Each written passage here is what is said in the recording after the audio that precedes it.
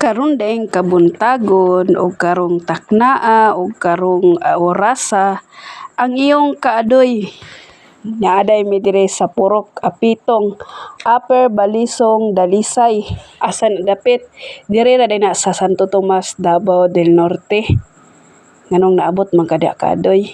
Isa po ni sa amo ang maintenance or maintain dire no ang ilang karsada. Kauban day nako si Kalasag karong taknaa nga nagrelax no. So karon di ay nakita ninyo arang katambok sa ilang alugbati sama katambok sa tag-iya or labi na jud sa nagtan-aw no sama pod ka himsog labi na jud si kaadoy grabe jud ka himsog no.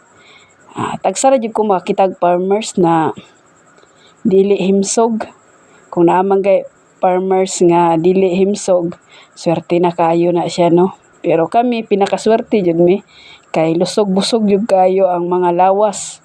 Kani ako ang labi na jud dire ako ang kauban og sa nagtan-aw pod. Bitaw nami dire sa Purok Apitong, Upper Balisong, Dalisay. Dire mi na assign karon. So karon di ay nakita nako ang kahimsog sa iyang alugbati. Bisag nami alugbati sa ako ang hinaguan garden.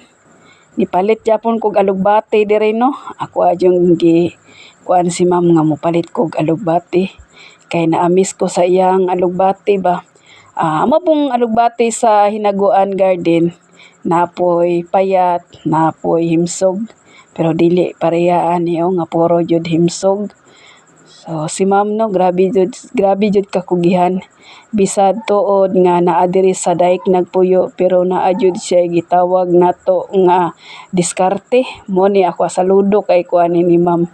Bisad tuod nga gamay kayo ilang space pero nakatanom japon perti nilang daghan nagtanom diri. Na sila'y batong, okra, kalabasa o basta ubay-ubay ni nga ilang mga tanom diri nga makita ninyo. Diri ra ko nag-focus sa kuan sa alugbati. So nagkalingaw si ma'am dira no og harvest.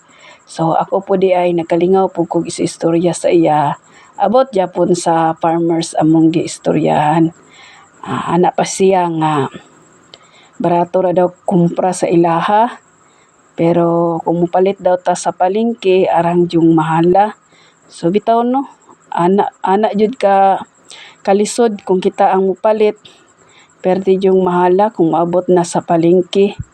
Pero kumprahon sa atoa, perti nang baratuha. Mao man jud nang realidad sa Pinoy no. Pero kita nga mga Pinoy madiskarte man ta. Magtanom lang tag atoa para every time nga gusto ta mukaon naatay makaon or naatay maluto ba. May na lang nino kay abag-abag kuan. Sa pag-harvest day namo dira na si sir nga nihapit pod mupalit daw siya tapos pina-uptake dayon si sir perting daghan na pod yang gipalit. So nag-harvest na pod panduha na ni nabats na gi-harvest ni ma'am. Kay para na jud ni sa kuan no nga kaniyang gi-harvest. Sa kadaghan sa iyang nakuha karon gigamitan na namog kariton nga perti pong daghanan ni no makaingon pug ka ba nga grabe jud sila kakugihan. So pangutanan nako sila nganong ani kahimsog ang ilang tanom kay ako ang alugbati dito dili kayo ani kahimsog ana pa siya nga daga-abunuhan jud daw nila. So karon di ay mangutana mo kung unsa ang among tirada po diri nganong nakaabot mi diri. So isa pod ni sa moang nagamintin diri no sa CBRMC. Ang ako po daing amo diri og akong kauban perme nga partner in crime nako. Mao day ni si Kalasag.